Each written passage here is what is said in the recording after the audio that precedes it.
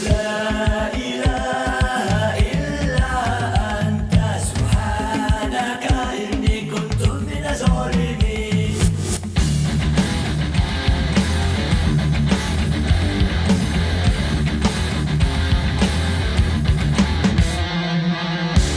orang yang ragu selalu merasa lapar. Hamba orang yang ragu selalu merasa tidak cukup harta. Hamba orang yang selalu ragu. Kaum baby boomers ya? Iya, kita Loh, om bukan Kenzi tuh. Kan kita lagi di Maunya. Masjid Sejuta Pemuda. Semangat ya, semangat. Iya, Sejuta Pemuda. Tapi kalau boleh kali ini gue mau wakili kaum baby boomers, kita harus lebih waspada lagi lah. Lebih tahu diri sisa usia kita pakai untuk hal-hal yang seperti ini. Dalam. Kalau masih tidak peduli juga, ya aduh kasihan lah nanti di akhirat kamu digini-giniin terus. Ya Allah. Ini orang hebat, dia orang kaya ya kayak gitu ya. Dia orang kaya ya kayak. Mulai kapan mulai masuk ke narasi Palestina? Apa pemantiknya apa? Triggernya apa? Bini gua yang mempengaruhi kehidupan yang sangat peduli terhadap masalah sosial itu adalah istri saya Marisa. Masya Allah Ustaz, keren. Yuk.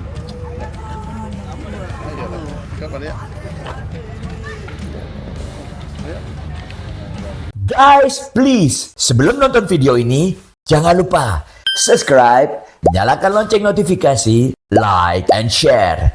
Thank you, berat. Rock you.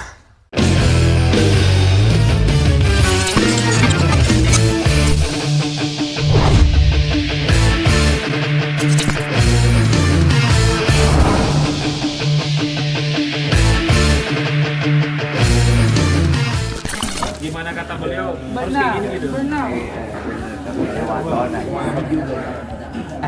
Datang pagi, dia nyuruh Habib. Iya dong, jam 5 subuh supir harus nonton di situ ya. Habib yang nyuruh kan. Kalau misalnya Habib habis subuh kita tidur lagi. Laut jalan, Pak kabar? Alhamdulillah.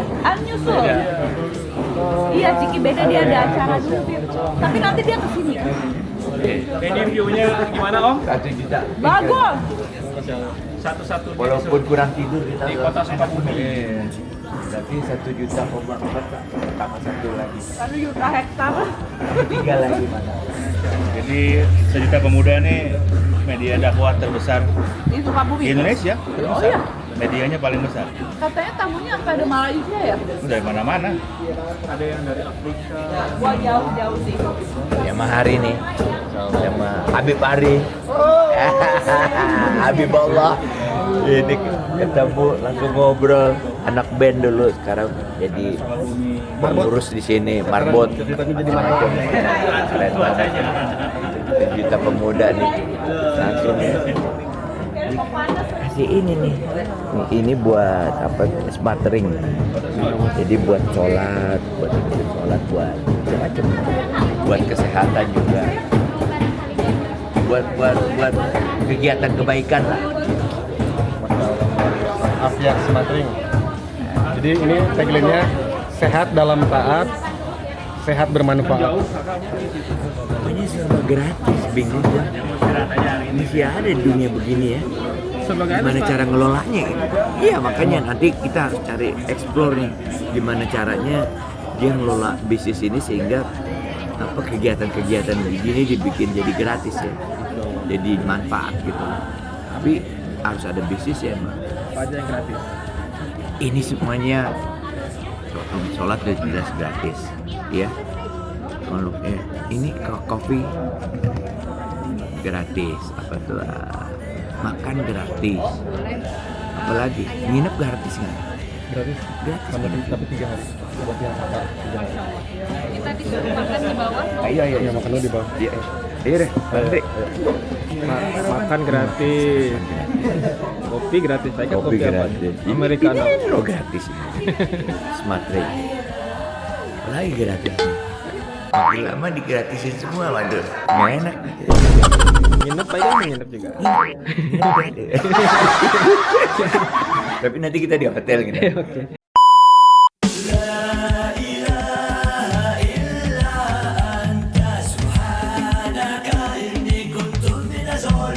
Masya Allah.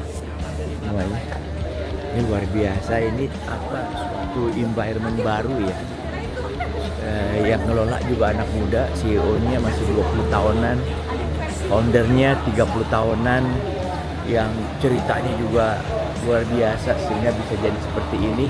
Tapi nanti kita korek deh, kita korek kalau bisa ngomong sama foundernya. Jadi menarik, ini suatu fenomena baru membuat masjid yang terintegrasi dengan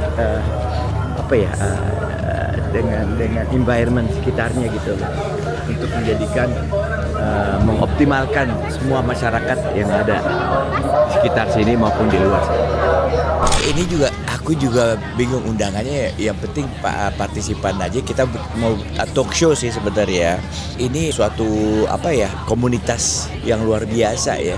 Di sebelumnya juga udah banyak orang-orang public figure yang kesini untuk bisa lebih menghidupkan ya, masjid ya. Dasarnya adalah masjid. Tapi masjid ini memberikan banyak nilai tambah, mengoptimalkan kemampuan dan kekuatan yang ada di masjid itu sendiri ya. Dia bisa memberikan selain ibadah ya, tentunya pelatihan marbot, manajemen untuk mengatur masjid ya. Udah gitu memberikan makan gratis, tempat tinggal gratis. Pokoknya banyak memberdayakan masyarakat lah. Jadi membuat masjid itu menjadi suatu komunitas yang benar-benar bisa hidup dan bermanfaat sebanyak-banyaknya. Nah ini ya, bayangin kalau satu masjid bisa kayak begini, kita di dalam satu kota ada berapa masjid aja udah pasti masyarakat bisa sejahtera lah gitu loh. Dan ini juga jadi pusat mengembangkan berbagai ilmu di sini, terutama yang berbasis dengan Islam gitu loh. Dan di sini banyak mualaf juga yang lahir dari sini. Ini fenomena baru. Jadi viral. Aku pikir dia sangat ingin sekali terlibat dalam proses pemberdayaan ini gitu.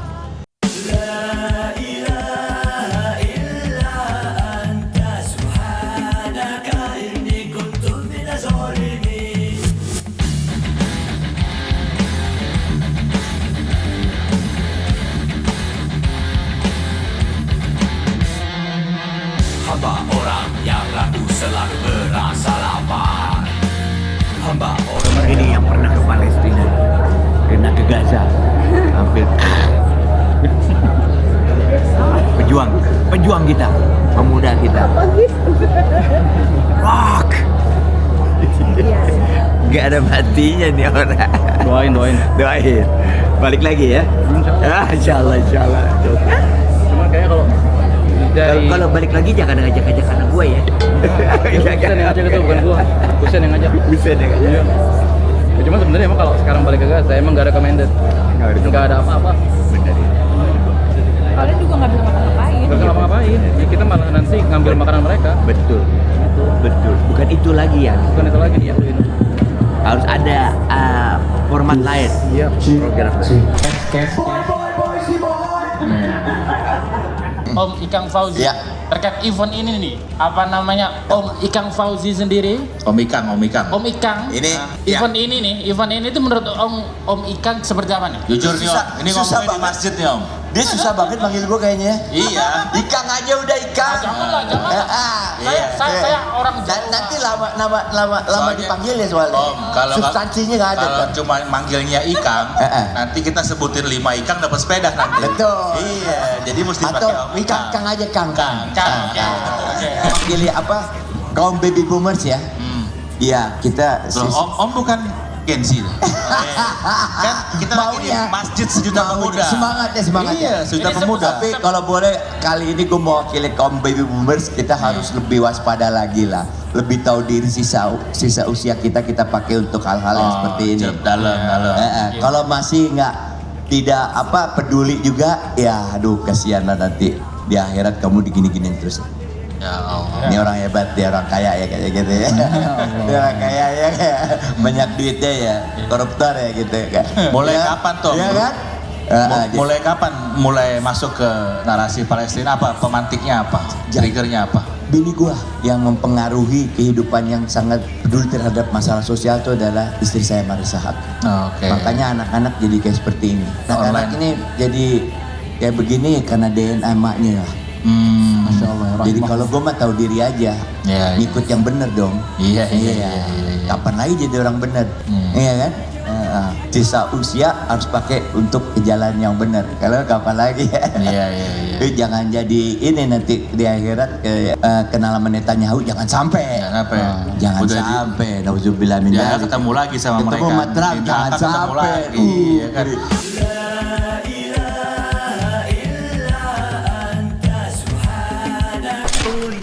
Akhirnya ku tahu tentang kehidupan dirinya, terasa pedih hatiku di dalam peradaban modern manusia Manusia robot. mataku, kau tuntun diriku memulai hidup baru, menjauhkan diri dari godaan barang yang nista, ku lakukan semua untukmu. Apa semua? Ya apa semua lagu-lagu 2 hari nih 10 album. Ikang Gosip official itu. Suka main TikTok live juga dari Oke. Gini, kalau kita dakwah ke orang-orang yang udah soleh, sebit, dia udah soleh, dia datang, kita dakwahin lagi, dia udah tahu. Betul. Jadi yang strategis apa? Dakwah tuh ke pasar-pasar, ke anak-anak pang. Makanya di situ aku bikin lagu preman. Itu nggak populer banget. Ngapain lu bangun sama preman? Jangan salah, ini manusia loh. Iya kan? Yang bikin dia begitu kita juga sebenarnya tanggung jawab. Benar nggak sih? Betul. Hitam putih tuh nggak kelihatan lo baik apa lo jahat. Benar. Sekarang apalagi jangan tolol. Yang paling jahat tuh yang paling kelihatan baik. Yang paling jahat tuh yang paling kelihatan kaya. Itu yang mati di depan, itu yang kelihatan dia bunuh-bunuhan. Ya dia karena terpaksa disuruh dibayar. Nggak jelas kan jadi kita nih. Jadi harus lebih jelas hidupnya.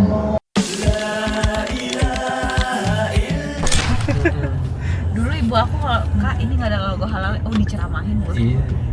Belum ada Kalau logo dia halal. ditanyain prosesnya Wah iya, kalau bisa ngomong langsung sama owner sama kokinya. Ini pastiin bener gitu, nggak ada proses-proses yang meragukan gitu ya. Prinsip kehati-hatian ya Om. benar. Jadi Luar halal negeri. tuh bukan karena bukan babi aja. Iya, prosesnya. Aku sih berharap ya targetnya ya Targetnya yang dari ngumpulin maraton dana apa ya. nih? Dakwaton. Dakwaton. Dakwaton tuh dakwah maraton ya. Iya benar. Karena Sebenarnya terinspirasi dari Maraton. Jadi kita versi dakwahnya gitu. kok di kolektif. Sebenarnya dakwah tuh emang harus ton. Iya, maraton. Nggak ada habisnya. Nggak ada matinya dakwah. Kakak nggak tertarik itu dakwaton X maraton gitu? Sebenarnya Yuka udah ngeposting itu kita. Seru tahu Kak. Jenis orang-orangnya juga seru kalau ini nama kalian gitu kayak Ustadz Felix saya sekarang dakwahnya udah mulai sama inilah Coki. Kemarin kan Coki benar. Iya. Emang harus begitu. Harus kayak gitu kita. Kan nggak iniin prinsip juga, prinsip kan masing-masing ya. Prinsipnya masing-masing. Sekarang itu kita harus ikutin minatnya anak-anak muda tuh arah kemana sih sekarang gitu. Betul banget. Kalau dibatasi dengan harus kayak gini ya di Masjid Suta Pemuda itulah yang lihat. Pembeda Pemuda pembeda itu. Kalau ini kan ada harus sesuai syar'inya harus gini. Padahal dalam konsep dakwah itu ada levelingnya kan gitu. Ada level ini, ada tahap ini, ada tahap ini, nggak langsung gitu. Kemarin kan gue bilang dakwah itu kita nggak cari amannya. Paling enak kan dakwah di masjid. Orang udah siap jadi orang soleh kok yang datang ke masjid. Kita dakwah udah pasti lah. Tapi ya tantangannya bukan di situ dakwah. Dakwah tuh lu ke pasar-pasar tuh. Klub malam. Mau nggak dengerin? Podcast anak pang tuh dakwah itu. Tapi anak pang tuh banyak yang ini banyak ya karena mereka nggak pernah ada yang datang ke mereka aja udah dapat hidayah tuh ngeri lebih soleh daripada kita yang biasa. Nah Ustaz Dery kan masuk ngajarin kita kayak gitu Om. Jadi Ustaz Dery itu tugas kita masih aja, cuma sesimpelnya bilang ayo gitu. Udah mereka mau ikut atau tidak nggak ada masalah. Tugas kita bilang ayo aja, ayo gitu, ayo sholat, ayo ini. merangkul ya. Iya. jangan harus jangan gimana ya Iya, bahasanya, ada merangkul gap gitu jangan. dulu gitu ya Kak. Iya. Biasanya kan kita yang sering kita lihat lah di luar gitu kan, kayak ada gap gitu. Justru ladang dakwah kita aja ya mereka ini. Gitu. Kalau masjid sejuta umat, sejuta pemuda ini, visi misinya apa? Boleh tahu nggak aku? Nah, Merangkul menarik nih kayaknya anak-anak Iya. muda ini Merangkul. punya Merangkul cara yang anak. berbeda gitu. Iya. Gue pengen tahu Pas aja gitu. zaman safar tuh orang bisa nginep ya. Iya, Jadi pengen tahu nih visinya itu makanya. jadi pusat Aku peradaban. nanya nih sekarang, visi misinya apa sih? Iya, jadi pertama itu visinya itu menjadi pusat peradaban. Oke. Jadi pengen semuanya itu mulainya dari masjid.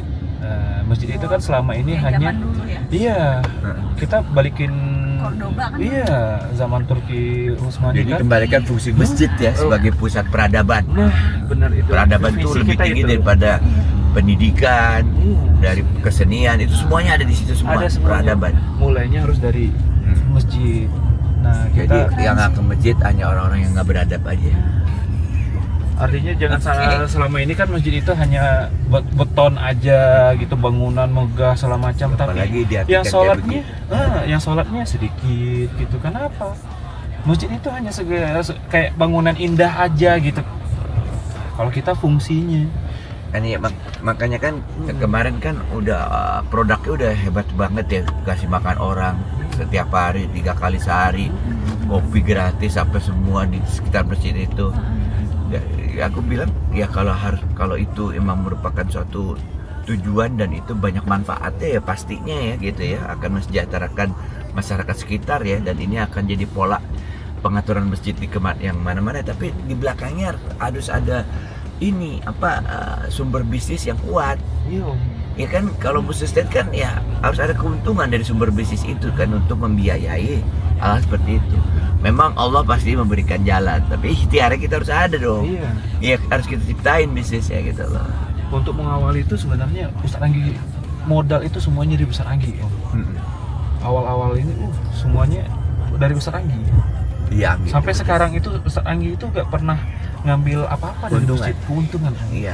Yang ada Ustaz Anggi itu yang ngasih ke masjid. Assalamualaikum warahmatullahi wabarakatuh. Alhamdulillah. Kita kemana sekarang ya? Udah pulang, Pak. Udah pulang. Mobilnya tuh di bawah. Be, mantap. Karena yang nganterin langsung. Iya. Oh gitu. Iya.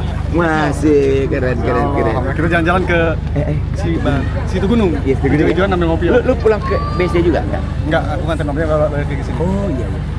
Anak gua ke Bogor juga. Boleh, ntar dianterin. Siap. Satu mobil kita. Ya kan Ana yang ngupinin.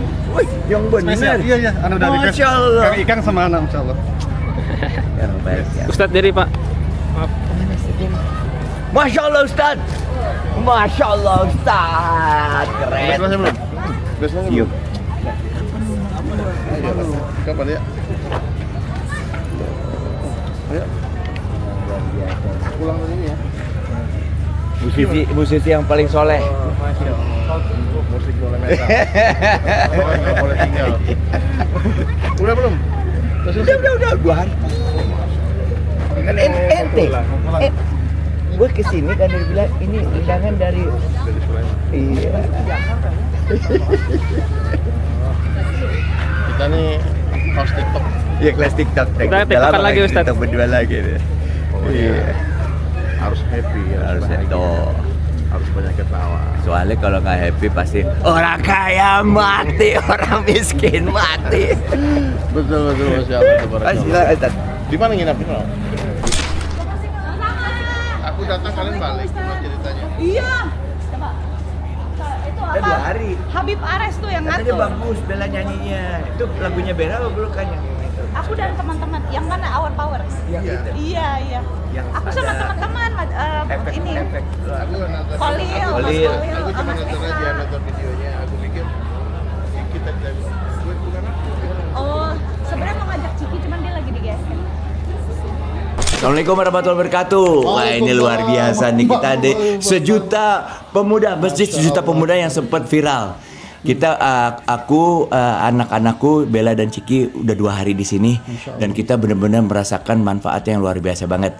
Nah, ini kita ketemu dengan foundernya. Iya. Wah, yang udah pernah ada di mana-mana, cuman hari ini mungkin ada di masjid. Di masjidnya dia, di tempat tinggalnya dia. Siapa lagi kalau bukan Ustadz Anggi. Masya Allah. Assalamualaikum warahmatullahi wabarakatuh. Waalaikumsalam. Ya Ustadz, ini kita langsung aja nih Ustadz. Aku sangat tertarik ya dengan pemikiran-pemikiran dan juga dengan apa yang dilakukan oleh Masjid Sejuta Pemuda ini ya. Jadi saya berpikir ini kan salah satu langkah yang bisa membuat masjid itu di-manage menjadi lebih baik. Baik itu dari sisi konsep, baik itu dari sisi operasional. Ya, sehingga apalagi outputnya ada bicara mengkader marbot yang profesional. Ya, jadi yang namanya marbot itu bukan hanya tugas yang tidak mempunyai katakanlah tujuan gitu yang ya, jadi ini akan menjadi tugas yang profesional. Dan juga ini bisa menjadikan pilot project atau contoh untuk di masjid yang ada di Indonesia gitu semuanya. Nah, bisa nggak ceritain idenya tuh dari mana gitu loh? Ya. Bisa seperti ini dan mungkin tujuannya seperti apa? Siap. Ya, jadi adanya Masjid Sejuta Pemuda ini alhamdulillah doa dari teman-teman pemuda mungkin ya, terkhusus pemuda yang ada di Sukabumi. Sebetulnya saya ketika jalan ke masjid-masjid itu ada yang namanya Masjid Ramah Anak, Mas. Masjid Ramah Anak ada, Masjid Ramah Musafir ada, Masjid Ramah Difabel pun ada. Tapi nggak ada satu masjid yang dimana sesuai dengan populasi masyarakat Indonesia hari ini yang 60%-nya, 50 sekian persen itu anak-anak muda. Maka kita menginisiasilah Masjid Ramah Pemuda dengan nama Masjid Sejuta Pemuda. Kalaulah tadi musafir, difabel, orang tua itu kan butuh infrastruktur. Ada kursi roda dan lain sebagainya gitu kan, ada toilet khusus difabel. Maka anak muda juga butuh infrastruktur. Apa itu? Coffee, working space, wifi. Dan dengan begitu alhamdulillah anak muda mau ngumpul. Jadi kalau di tempat lain masjid kami kekurangan anak muda, di kami surplus anak muda. Kenapa? Karena fasilitasnya disiapkan. Nah, itu mudah-mudahan ini menjadi cara ketika kita berbicara terkait dengan anak muda, banyak yang terinspirasi, ternyata mudah loh menggerakkan anak muda dengan syarat ya fasilitas mereka juga disiapkan di masjid gitu. Benar. Mereka juga akhirnya mau datang bukan hanya sekali-sekali, tapi mereka bisa berhari-hari datang di masjid ini. Gitu. Dan masjid produktif dengan anak-anak muda. Nah, ini ada tujuannya nggak ke depan menjadi suatu proyek percontohan mungkin untuk bisa dilakukan dibangun di masjid-masjid lain gitu, supaya kualitas manajemen masjid menjadi profesional dan lebih baik dan ada standarisasinya.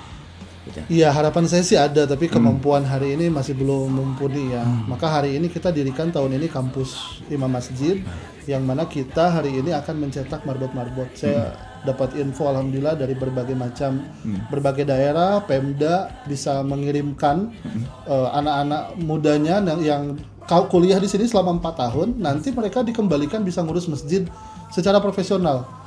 Manajemen masjid, manajemen hotel kuliah ada, manajemen bisnis ada, manajemen pariwisata ada, manajemen masjid nggak ada. Padahal ada 100.000 lebih masjid di Indonesia yang masjid-masjid dalam kategori masjid besar, yang artinya SDM-nya butuh dong. Betul. Nah, kita bisa aja menduplikasi, tapi yang hari ini kurang adalah orang-orang yang berkompeten untuk ngurus itu, karena masjid itu kayak mudah loh ngurusnya. Tapi ternyata banyak aspek-aspek yang harus kita penuhi supaya masjid memang sesuai dengan fungsinya pada masa Rasulullah, bukan hanya pusat ibadah sholat, tapi pusat sosial, pendidikan, ekonomi, ya kan?